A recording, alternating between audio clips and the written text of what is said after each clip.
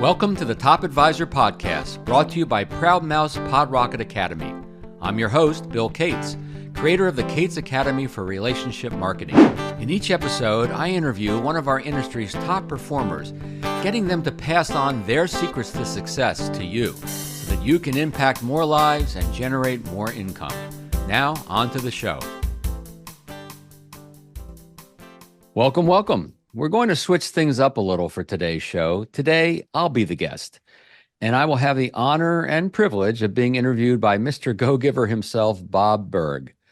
What's that? You've never heard of the Go-Giver series of books? Well, then let me clue you in, and then we'll get on with the show. Bob Burg's book, The Go-Giver, co-authored with John David Mann, sparked a worldwide movement.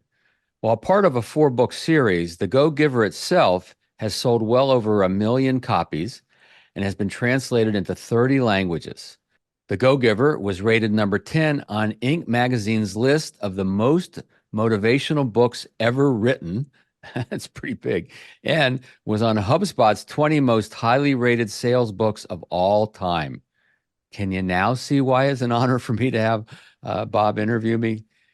I think I first met Bob Burg face-to-face when we were both speaking at a $1 Million Roundtable meeting so many years ago. Before Bob became famous for his Go-Giver series of books, he was known for his first book, Endless Referrals. So we're both referral guys at heart. Bob Burg is the founder of the Go-Giver Success Alliance, an online mentorship community for successful entrepreneurs, leaders, and sales professionals. And he publishes the very popular Daily Impact Email, which I am a subscriber. Finally, Bob is an unapologetic animal fanatic and serves as part of a South Florida rescue, foster, and adoption organization. Bob Burg, Hall of Fame speaker, zooming in from Jupiter, Florida. Thank you for being my guest host on today's episode of Top Advisor Podcast. My pleasure, my honor. It's first, it's always great to speak with you anyway. Secondly, congratulations on this book. You hit another home run, my friend. Well, I appreciate you saying that. We'll let the readers be the judge of that, but we'll try. So as Bob was referring to, if you haven't heard by now, my newest book, The Language of Referrals, it was just released, subtitled The Words and Scripts Financial Professionals Use to Gain More Ideal Clients. I wanted to devote a podcast episode to this new book, but I figured rather than me just pontificating for 40 plus minutes, I thought it'd be more fun and interesting for you, the listener, to have Bob Burg interview me. So with that in mind, I now turn control over to this show to Mr. Bob Burg. Bob, you're on. All right. The tables have been turned. And, you know, Bill, I've read all your books, and I think after every book, I usually email you and say, this is your best one yet. And I think after Radical Relevance, I said, this is your magnum opus. And it was maybe the first one that went, there was still referrals, introduction, so forth involved, but that it wasn't the focus. But now you've come back to it. Right. So tell us, why is that? Yeah. So does the world need another book on referrals, right? Well, I think so. I think the industry does. We know how important referrals are. It's always the number one way advisors like to meet clients, because it's the number one way clients like to meet their advisor. I wanted to come out with my latest thinking. Radical Relevance, as you said, was referral oriented, but it was really about how we talk about our value and how we choose the target market and all that. So I wanted to provide my latest thinking around the referral / introduction process. I wanted to talk about what's working now these days, because things change over time. A little bit, at least. The principles don't change, but certainly the tactical elements change. And then ultimately, this book is written in a way designed to give the reader confidence, because that's the most important part of this whole thing around referrals and introductions. It's not rocket science. It's about confidence. And because this book is so tactical in nature, and those listening will see as we go through this interview how tactical we get, that what it's going to do is boost confidence, because now people are going to become more fluent in the language that they need. They're going to find the words that they need to use to feel authentic, that won't hurt relationships, that will boost confidence, and ultimately that will produce better results. Yeah. So one thing I love that you do is you make a distinction between referrals and introductions. And I love that. And I've now been using that. I use the word referrals for years and years. And when I first Sure. learned that from you about introductions, that's a great point. So how first, so go into what is the difference, because there is a difference, and what Yes. word should we be using? Yeah. So think of the referral, which is often, especially in financial services, often called the referred lead. Call George, use my name. Well, George doesn't pick up the phone. He doesn't know who he is. He's who's calling. He's wondering why does his friend give his number out to somebody, right? That just doesn't work anymore. It's just so hard to reach people. And it's become harder and harder over time with the barrage of information, with just the way people protect themselves and protect their time. So we've got to think in terms of connection. We've got to think in terms of getting introduced. And the conversation really, to my mind, whether you bring it up or it's unsolicited, the conversation is not done until you connect and arrange that introduction, which I know we'll get into a little bit here today. Mm-hmm. So I believe we should use the word that represents what we want. So when we're with a client, a prospect, a center of influence, anybody has the ability to connect us with someone, let's use the word that represents what we want, which is introduction, or you could use the word connection. Plus, I've also found that for some folks, advisors and advisory clients alike, some people have the word referral has kind of a negative connotation. It's taken on a negative connotation, and we certainly want to avoid that. So, for lots of reasons, let's focus on introductions and connections. Yeah. And yet, and I know you have a good reason for this, it makes a lot of sense. You still use in the title the language of referrals, not introductions. Why is that? Oh, yeah. Maybe I should. No, I'm kidding. Uh, Yeah, you didn't yeah, it is never thought of that. purposeful. Well, so one thing you'll learn in my book, Radical Relevance, which talks about marketing and principles of marketing, is one of the most important basic tenets of marketing is to use words, language, concepts that are already in the brains of the intended listener, right? So if I called the book The Language of Introductions, well, some people might get that, but there's probably a little pause and a little thinking necessary, right? But I call it the language of referrals. Everyone immediately knows what I'm talking about. Exactly. Now, in the book, and we need to do this when you use a term, but that maybe isn't the main term you want to use. You got to quickly get in there and say, I said this, but here's what I'm talking about. But now I got your attention, right? So again, it's what's in their brain. I have a colleague of mine, his name's Amira Jones, and he calls it the billboard test. It's like if you're driving down the road and you see a billboard with a message and it makes you think, and then you think a little bit more, and then you finally get it, you've passed the exit, it's too late, right? So we got to be careful of not letting cleverness get in the way of our message, not letting creativity get in the way of our message. Those things are good and important and we can use them, but not if they get in the way of the message. So hence the language of referrals, but we're really talking about introductions. Yeah, exactly. So in Radical Relevance, you encourage the readers to, quote, register the book, and that's to gain access to the Radical Relevance Toolkit, Right. the treasure trove of, additional guides and checklists, other tools. Well, you've done the same, which was really cool, with the language of referral. So what's your strategy with that? And while we're at it, how can listeners get a copy of the language Yeah. of referrals and access the toolkit for themselves and their team members? Yeah, good question. So when I was writing Radical Relevance, I had so much I wanted to give and say in the book, but if I did that, the book would be too big and people wouldn't read it and it wouldn't do anybody any good, right? I mean, I want people to read the book and benefit hopefully from it. So I created this toolkit of lots of things. So when you look at Radical Relevance, there's a page that says register the book. So the same started to happen for this book, The Language of Referrals. Again, I want it to be a book that one can go through in a fairly reasonable period of time, maybe a 2-hour plane ride or whatever, and get everything you need to get, mark it up, and take some notes, maybe go listen to the audio at the same time. But I wanted it accessible. So that's the key, accessibility. And so then we have a lot of other things in the Language of Referrals toolkit.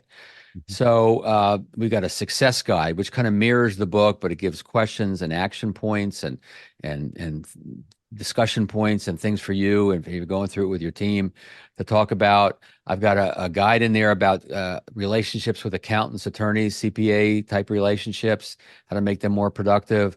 I've got a guide in there about the culture you create with your team, and what is your team's role in creating this referral culture within your firm, whether you have one person on your team or you have 5 or 6 or 7 people on your team. What is their role? And there's a bunch of other things, some videos. We're putting a video short course as well in the Language of Referrals toolkit. So go to languageofreferrals.com, languageofreferrals.com, and that's kind of the landing page for the book. There's a little short 3-minute fun video there, and you'll learn a little more about the book. You're going to get a lot here, but from there you can then click and purchase it on Amazon or our website or Audible or whatever you want to do. So yeah, it's just a way for me to give more value than what's built into the book, that you'll be holding in your hands. Yeah. So speaking of the book itself, The Language of Referrals, you divided it into 6 parts. Right. Could we do an overview of those 6, then maybe dive a little deeper? Yeah. So part 1 is the inner language of referrals, the mindset, the thinking. As old Zig Ziglar used to say, perhaps the stinking thinking, he used to call it, right? So we have limited beliefs, and just ways of thinking that aren't as productive as they need to be. So that's the inner language, our self-talk, if you will. Part number 2 is the language of becoming super referable. You got to be referable. Right? If you want unsolicited referrals or introductions, and if you're going to be appropriately proactive, you got to be. Now, I was doing a live presentation in front of a group, and I had already made that distinction between referrals and introductions. He says, "Don't you mean introducible?" And I go, "Yeah, I suppose so." Yeah. But again, it's where it's just a little easier to say referable. The language of promoting. We're not asking yet. We're promoting. We're encouraging the process. A lot of great ideas there. I got about 11 of them, I think I give. And then the language of asking. The language of asking without pushing, without begging, without looking like that creepy referral guy. And part 5 is the language of concerns and objections, because not everybody likes to play this game, especially around money. People get a little more private around referrals and introductions. So how do we talk to them about that? How do we back off gracefully if we need to, which in most cases we probably would? And then the language of securing the introduction, right? How do we actually, what do we say? What's in the verbiage there and the technique to get our client to actually introduce us to that new prospect, that friend, family member, colleague of theirs. So those are the 6 parts. Okay, so as we know, everything begins kind of in here. So could we get an Yes, it does. example or 2 of the inner language of referrals? Yes, and for those of you listening, Bob was pointing to his head. Oh, that's right. Not everybody. Yes. in here, what? In here, what? yeah. In your brain. Pointing anywhere as far as anywhere. Yeah, that's right. Yeah. So, there's so many. Let me give 2. One of the ways of thinking, if you have the right mindset around this, the right inner language, is you're thinking in terms of the lifetime value of a client. You see, the lifetime value of a client, part of that is the business you can do with them over a lifetime. And in some cases, for some folks listening, that could be pretty darn substantial. And that's great, right? Providing value, they see the value, they stay a client, that's all great. But the other part of that equation that a lot of people don't think about or don't stay focused on is who those people can introduce you to over a lifetime. How can we tap into that full lifetime value of our clients again, without being obnoxious, without being aggressive, without hurting relationships? Some people will do it, some people won't. But if we're thinking in terms of the lifetime value, we're going to see the world differently. We're going to look through our relationships with our clients a little bit differently and look for ways to create those introductions. So that's one of the mindsets. Another one is thinking in terms of how do you create the multiplier or compounding effect, right? We talk to clients about the power of compounding, right? Compounded interest over time. Einstein had called it the 8th wonder of the world. Well, I think we could take that same basic concept and put it to our practice and think about the compounding effect of our clients. Because what happens is the more we bring clients into our practice through a referral, through an introduction, those folks are 2.5 times more likely to provide a referral or make an introduction. And what happens over time is this critical mass gets created, just like with a portfolio of assets, right? If they have 20,000, it doubles to 40,000. Oh, that's cool, but that's not much. But if they have 1 million and then it eventually doubles to 2 million, now it's significant. Well, the same effect happens with clients. But to do that, we have to be appropriately proactive. We can't just wait and serve the heck out of our clients, which we need to do for those unsolicited referrals and introductions if we want to create exponential growth, if we want to put in that compounding or multiplier effect. That's where becoming appropriately proactive comes in. So that's two of the many kind of mindset self-talk that we need to put in place to make all this work as well as possible. So one of the reasons, Bill, that many advisors work with you is to increase their referability. Right. What do you mean by becoming referable? And what are some examples of the language of becoming super referable? Yeah. So let's see. How can I condense this quickly? First of all, what we do know from the research is that there's a low correlation between satisfied clients and providing referrals or introductions. What we need is engaged clients, people who really feel engaged with the value, with us personally. Talk about that a little bit in the book, how to create those engaged clients. And then the barometer of that, the barometer of your referability or introducibility, is unsolicited referrals and introductions. And everyone on this listening to this, I hope you're getting at least some. Whenever I coach, someone approaches me for coaching, and one of the questions is, are you getting some unsolicited introductions? Because if they're not, then we know we got a lot of work to do on that side of the equation before we even think about becoming proactive. So that's a barometer. You're getting at least some. And, for some practices out there, as long as you're getting enough of the right kind of people, then maybe the proactivity isn't quite as important, but there are very few folks that I've talked to over the years that are getting introduced to enough of the right kind. It's usually a quantity issue or a quality issue, or sometimes a little bit of both.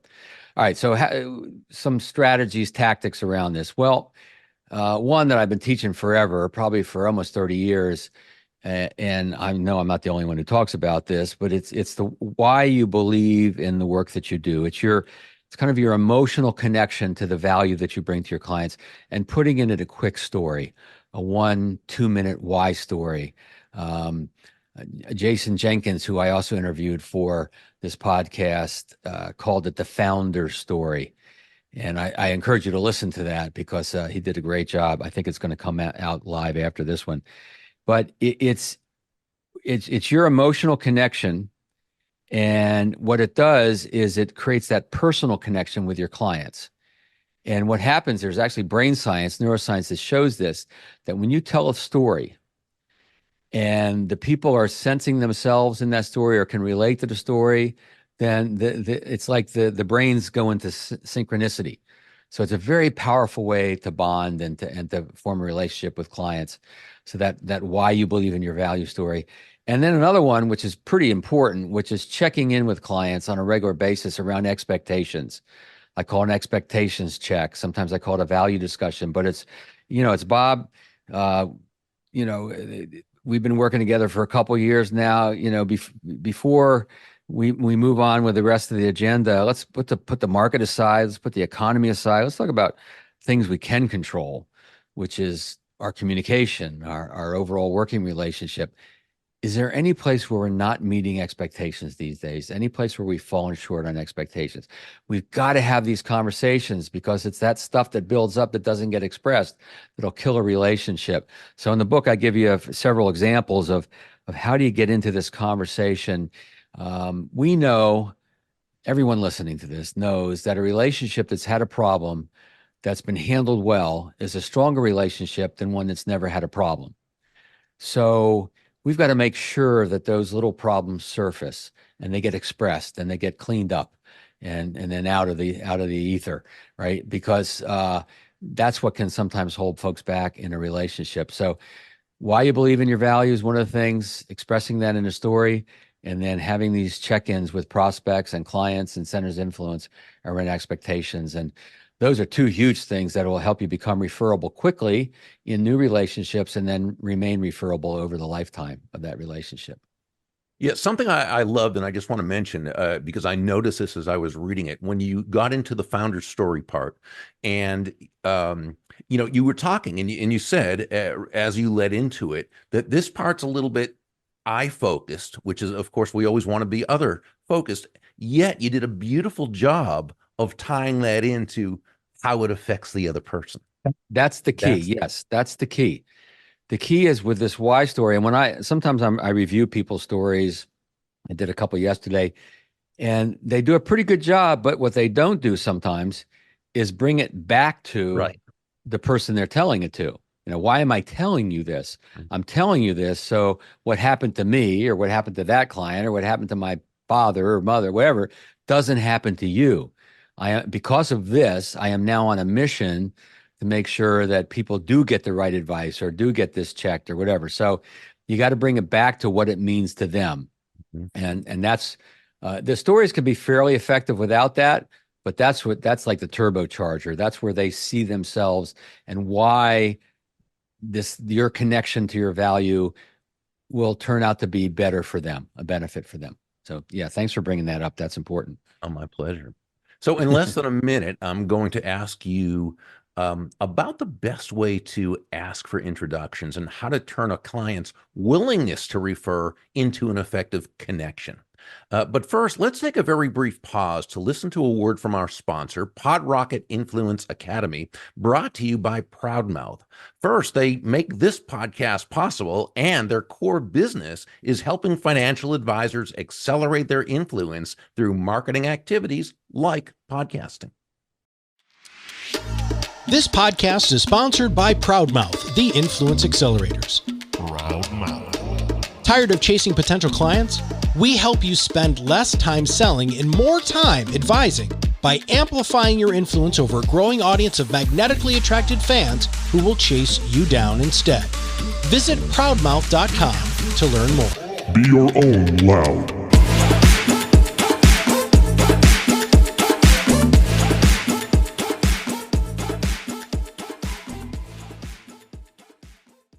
Hey, if you're enjoying this interview and the glimpse into Bill's newest book, The Language of Referrals, I encourage you to share it with others. Hey, tell 3 of your colleagues all about topadvisorpodcast.com.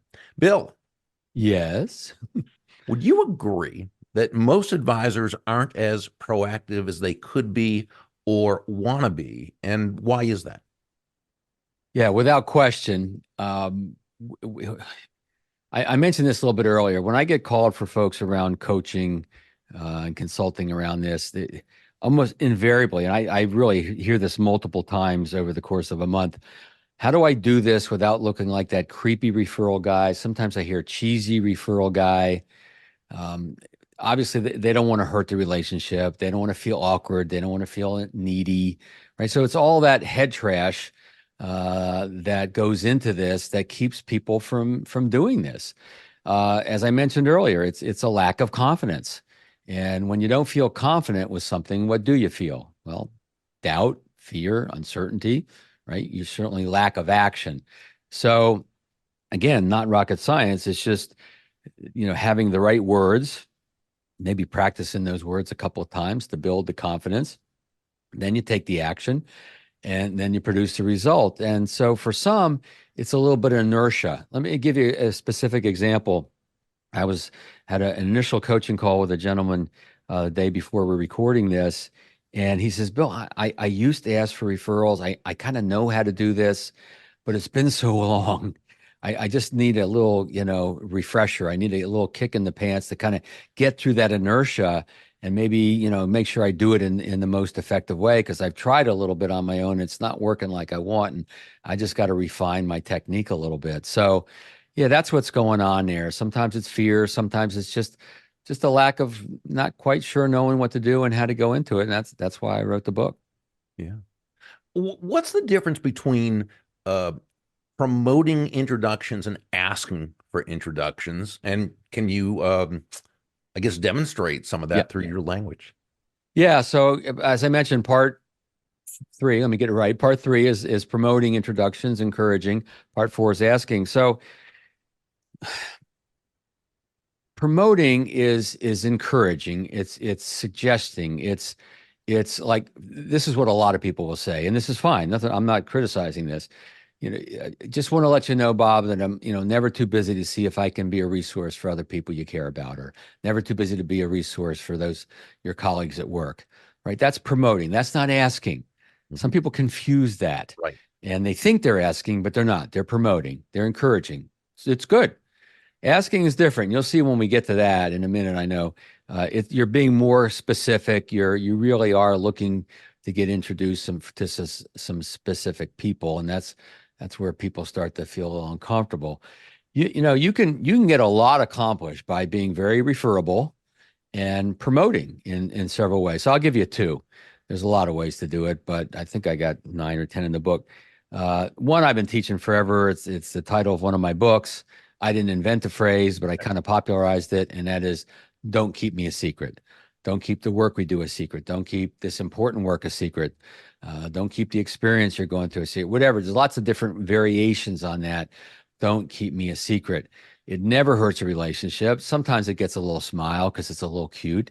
And I have seen many advisors over the years just say that, and it turns into introductions, referrals right on the spot. Not every time, but it's part of what we're talking about here, Bob, is not just the ask, which we'll get to in a minute.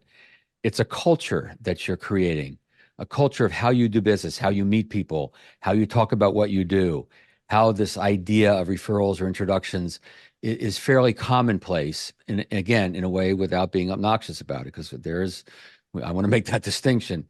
And so the "don't keep me a secret" is just a simple way to help further that culture building. The other one is probably the most effective way to generate unsolicited introductions. And that is to teach your clients how you handle introductions, how you handle referrals. And I'll give you the verbiage right now, and it's in the book in a couple ways you can refer to it, but it goes a little something like this. Bob, a lot of our clients like to introduce the work we do to others. And I just thought if that opportunity ever presented itself to you, that you know how we'd handle it, what it would look like, so you'd feel comfortable. First of all, the work we do, completely confidential. They will never learn about your financial situation from me, and vice versa. Even with family and close friends, we can't cross that line. Second of all, we handle this sort of thing with great care, meaning I'm not just going to call people from out of the blue and make them wonder, why did Bob give my name out to this guy? No, you and I will talk, and we'll craft an introduction that feels comfortable to you. We know it'll feel comfortable to them, your friends, colleagues. And, if we're lucky, maybe we'll spark their interest in talking to me, but we handle this with great care. How does that sound? So I'm not really asking, I'm teaching, but I'm addressing two of the main objections that a lot of advisory clients have around providing referrals or introductions is confidentiality, especially with family and people close to them. They're often concerned around that, believe it or not. And then what is it going to look like? If you haven't talked about what it looks like, then it's an unknown. And therefore, it could be a perceived risk by some, not all, but by a lot. So we're knocking out two of the main concerns or objections at the same time, planting the seed.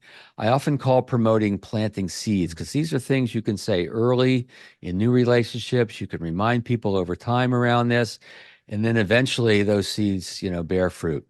So that's what the promoting sounds like. Fantastic. That's the promoting. What about the actual asking?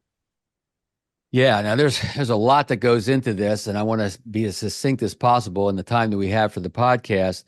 So I'm going to cut to the chase a little bit here and give you a little verbiage because we are talking about the language of referrals and talk about the most powerful component in the asking, which is I often call it a bullseye referral, the bullseye ask.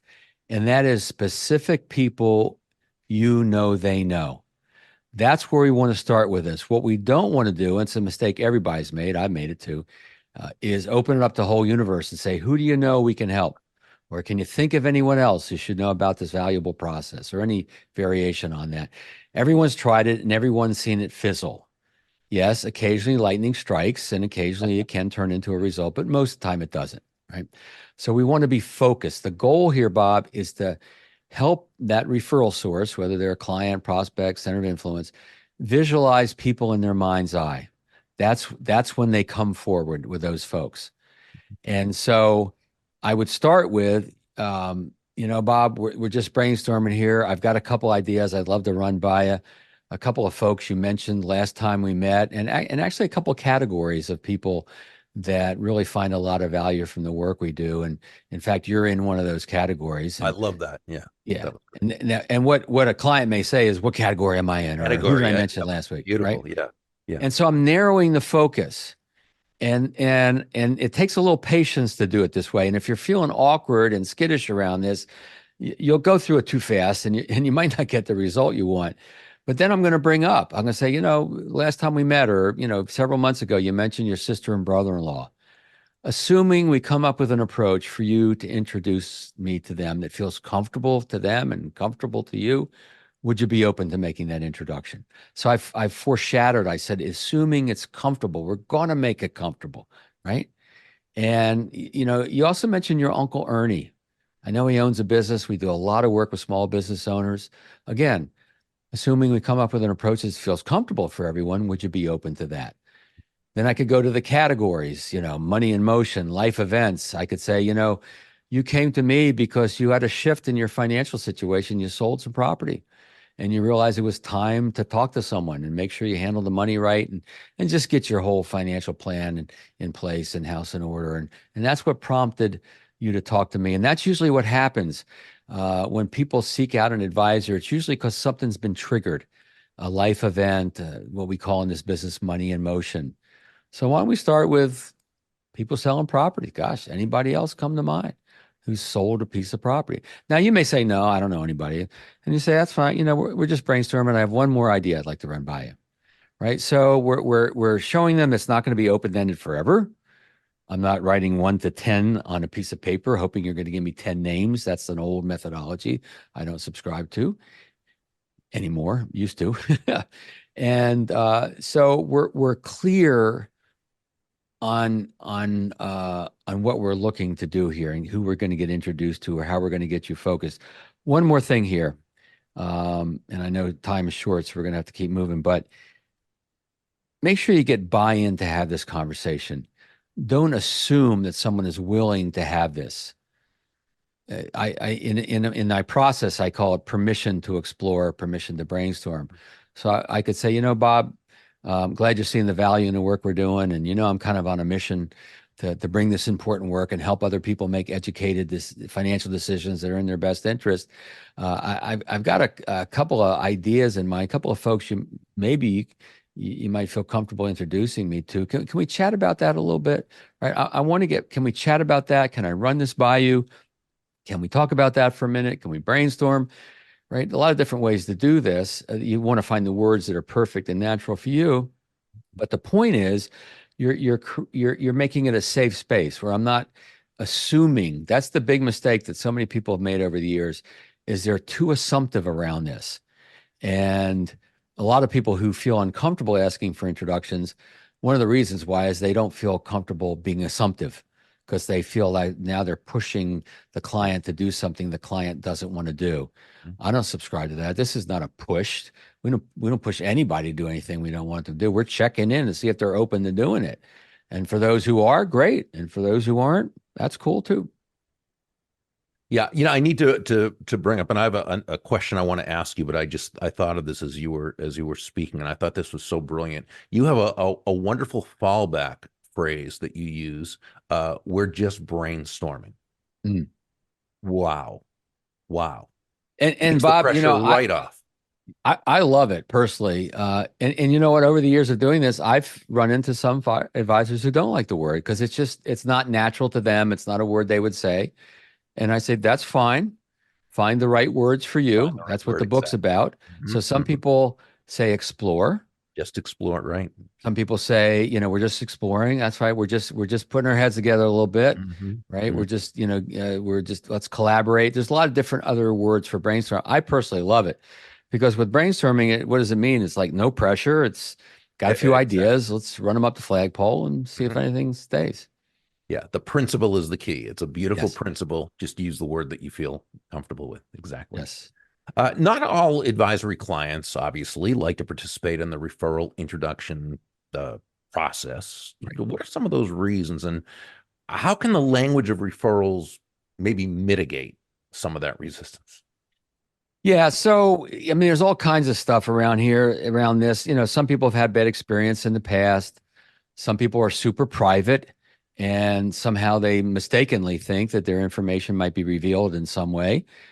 Some people just don't go there at all. And you'll find some clients just won't go there. I mean, I make the joke that you could run into a burning building and save their children. They wouldn't participate in this process. Um, so there's lots of little reasons. The key here is the most important element of dealing with concerns, objections, resistance, whatever word you put on it. And this is true, by the way, Bob, for any resistance we get from anyone in our life, period, except for teenagers.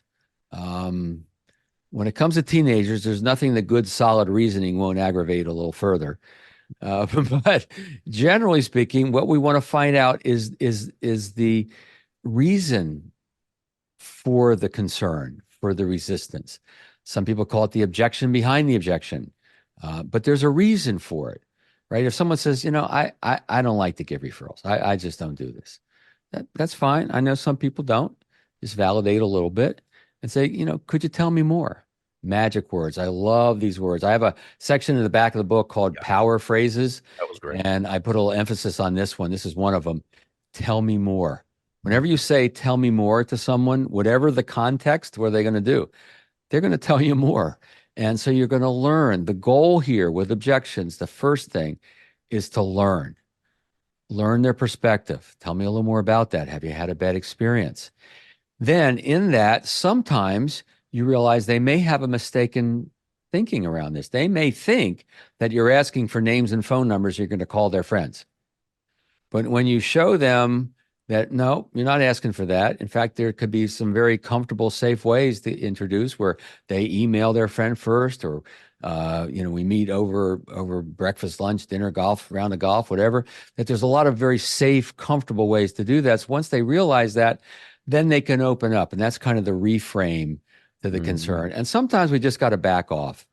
My colleague Barry Alberstein calls it the graceful exit. I usually call it the emergency exit, because I like to have a little fun with it. But it'll go like this, right? There's two. I'll give you two of them. Look, Bob, that's fine. Look, I just wanted you to know that I'm never too busy to see if I can be a resource for other people you care about. Fair enough? Yeah, fair enough, right? Or another one could be, hey, Bob, that's fine. When the time is right, just you identify someone you think should at least be aware of what I do. Please don't keep me secret. I'm never too busy to see if I can be a resource for others. Fair enough, or makes sense? And you go, yeah, it makes sense. So, the truth is, in most cases, you probably are going to back off because you really don't want to push anyone to do anything they don't want to do. But you won't fear them, because knowing what to do in these circumstances, knowing what to do when someone is uncertain about moving forward with this conversation. If you don't know what to do there, if you don't feel confident with concerns and objections, then you won't ask, right? For fear that you might get a concern or objection and you don't know what to do with it. So that again, you're going to explore, you're going to learn. You may reframe, you may back off, but you won't be afraid of it anymore. It won't be a reason not to ask. You'll realize you can do this and never hurt a relationship and live to maybe do it down the road another day. Fantastic. Okay, so what's left in the process? Getting introduced, right? So yeah, how about a sample from the language of introductions? Sure. So the goal of the introduction, I kind of take a page from the Food and Drug Administration. Before COVID, nobody knew what this was. What is the Food and Drug Administration looking for when it approves a drug for the market? Well, safe and effective, right? All right. That's what we want for introductions. You've heard me use this a little bit already. You want it to feel safe, comfortable for the parties involved. That's what they want, right? Their main concern, their primary thing here in making an introduction is to protect the relationship. And you respect protecting the relationship. You're happy to help them do that, of course. And you also want to get connected. So that's the effective side, right? Safe, feels comfortable, but also effective, hopefully, right? So the one of the biggest mistakes I've seen folks make around this is they don't really use that relationship between the introducer, we'll call them the introducer, and the prospect well enough that leveraging that borrowed trust and that information that introducer, that client that's creating this introduction knows about this, that their prospect. You're trying to create safe and effective. And effective means relevant. So it's got to be a relevant introduction. And so therefore, a couple questions you can ask.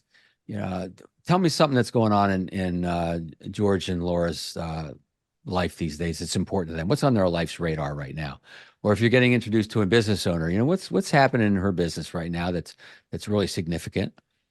What you're trying to do is that money intersects all aspects of one's life, And so when you find out what's going on in their life, if there's a fairly clear tie between the work you do, financial planning, investment advice, insurance, etc., then that becomes the reason for the introduction and your follow-up. You create a more relevant introduction. What's going on in their life, his life, her life.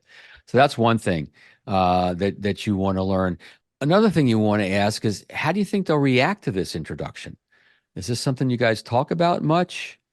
Right? So you want to get a feel for this. What are we trying to do here? We're trying to, you and the introducer, come up with the right approach that's going to feel comfortable for everybody and is going to hopefully be relevant enough to spark the interest of that prospect so that they set up that first initial Zoom call with you or whatever that first thing is you want to do.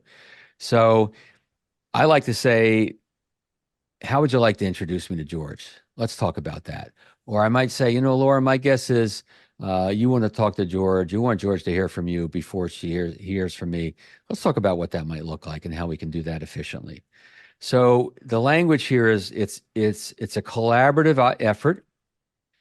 We're working through this together to make it safe and effective, and we're not done until we create the connection, right? If someone brings up a potential introduction or you ask for it, doesn't matter. We're not done until we get connected, or at least have arranged for the connection. And so that's where this breaks down a lot for a lot of folks is this spot here of actually getting connected. So in the book, we give a lot of different language around email handshakes, email introductions, three-way Zoom is a very popular way to do it now. So we give a lot of language on how to do that. Bill, before we conclude, how can our listeners learn more about your great new book and all the other tools that you provide financial professionals?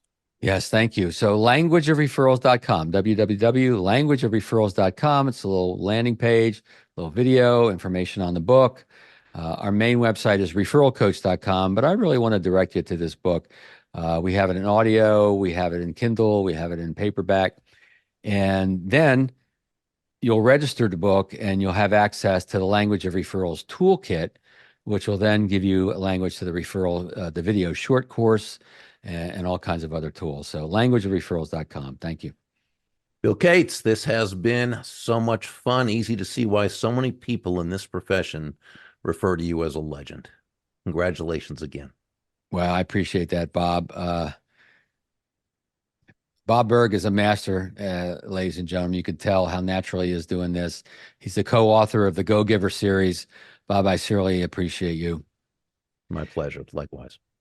To you, the listener of this show, I'd be remiss if I didn't at least mention one of our most popular resources designed to help you acquire more right fit clients. And that's our newest, even better than before, Academy for Relationship Marketing. It's ready to help you build a strong referral culture of client acquisition through personal introductions. After all, as I mentioned at the beginning, this is how most of your ideal clients prefer to meet you, right? A recommendation from someone else they already trust. So do yourself a favor, visit thecatesacademy.com.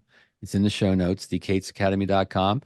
And if you decide to look into this, don't forget coupon code TCA200, The Cates Academy, TCA200. You'll save $200 off the already affordable tuition. And so this is Bill Cates reminding you that ideas do not make you more successful. Only acting on those ideas will bring you the success you desire. Thanks for stopping by. Thank you for listening to the Top Advisor Podcast, brought to you by Proud Mouse Pod Rocket Academy. I encourage you to visit my website, referral-coach.com, for links to my books, online courses, and to register for the Kate's Academy.